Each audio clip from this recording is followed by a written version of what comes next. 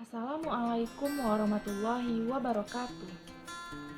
Di sini saya akan mencoba menjelaskan tentang materi yang saya dapat dan jurnal yang saya dapat, yaitu dengan judul Isolation and Identification of Enkephalins in Pedal Ganglia of Mytilus edulis atau Mollusca oleh Michael Kalium and George B. Stefano dan disajikan oleh saya sendiri Tria Andriani NIM 1701130.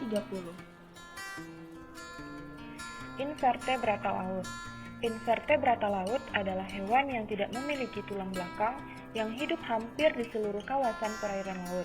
Namun, sebagian besar spesies invertebrata laut banyak terdapat di kawasan pesisir pantai seperti kawasan terumbu karang. Sampai saat ini, budidaya invertebrata laut belum dilakukan secara intensif, seperti budidaya ikan laut lainnya. Padahal organisme ini juga memiliki nilai ekonomi yang cukup tinggi. Adapun beberapa kelompok hewan yang termasuk dari invertebrata ini yaitu Polyptera, Coleonterata, Platyhelminthes, Nematelminthes, Annelida, Mollusca, Echinodermata, dan Arthropoda. Abstrak dari jurnal ini yaitu ekstrak asam pedal Ganglia Mollusca Mytilus edulis difraksinasi dengan kromatografi cair tekanan tinggi dengan kolom fase terbalik. Fraksi puncak dengan waktu retensi dari net dan liu enkephalin menjadi sasaran uji pengikatan pada jaringan invertebrata dan vertebrata. Hasil penelitian menunjukkan bahwa fraksi ini memiliki aktivitas pengikatan yang sama dengan enkephalin otentik. Peptida dari fraksi-fraksi ini dimurnikan dengan kromatografi cair tekanan tinggi dalam kondisi isokratik. Analisis asam amino berurutan menunjukkan bahwa peptida ini memiliki struktur primer yang sama dengan net dan liu enkephalin. Hasil ini dengan Mytilus edulis menunjukkan bahwa invertebrata memiliki sistem enkephalinergik mirip dengan organisme yang lebih tinggi.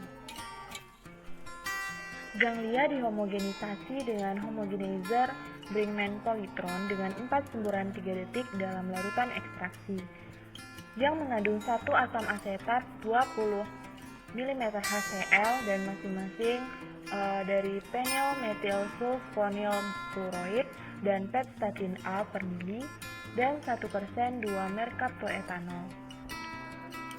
Homogenat diklarifikasi dengan sentrifugasi pada 27.000 ekgram selama 1 jam.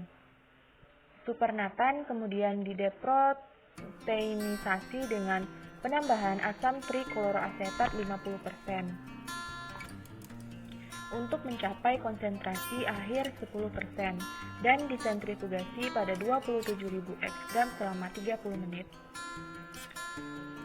Supernatan yang dihasilkan mengandung lipid dan asam akan dihilangkan dengan mengekstraksi 3 kali dengan diethyl ether pada volume yang sama. Ekstrak yang dihasilkan diliofilisasi dan disimpan. Semua langkah ini dilakukan pada ekstraksi asam 40 derajat Celcius. Ekstrak yang diliofilisasi dilarutkan di dalam buffer dan disentrifugasi pada 1000 ekgram selama 10 menit. Lalu injeksi pada HPLC kolom fase terbalik, dihasilkan fraksi dan dilakukan pengujian. Fraksi 11 dan 12 untuk wilayah net enkephalin dan fraksi 18, 19, dan 20 untuk wilayah lew enkephalin. Aktivitas biologi tertinggi, aktivitas enkephalin tertinggi berada di fraksi 11 wilayah enkephalin net dan fraksi 19 enkephalin lew. Lalu dilakukan pemurnian dan penentuan ukuran asam amino. Hasil penelitian menunjukkan bahwa aktivitas enkephalin tertinggi berada di fraksi 11 wilayah enkephalin net dan fraksi 19 wilayah enkephalin lew. Kedua fraksi ini kemudian menjadi sasaran penelitian pengikatan pada jaringan saraf serang dan tikus. Kemampuan fraksi 11 dan 19 bersama dengan opiat yang diketahui untuk menggantikan DAMI3H yang terikat secara spesifik dalam membran ganglionik M. edulis dan dipelajari di tabel 1. konsentrasi sampel met dan mu enkepalin yang dibuat dari fraksi 11 dan 19 dihitung berdasarkan estimasi berat. Dari pengukuran LC50, jelas bahwa kedua fraksi 11 dan 19 dengan nilai 1,2 memiliki nilai LC50 yang sama dengan met otentik dan leuk enkepalin. Hasil-hasil ini juga menunjukkan bahwa estimasi berat enkepalin endogen hadir dalam fraksi sesuai dengan potensi molar mereka dalam analisis perpindahan. Sekian penjelasan dari saya. Jikalau ada kekurangan, mohon dimaafkan. Wassalamualaikum warahmatullahi wabarakatuh.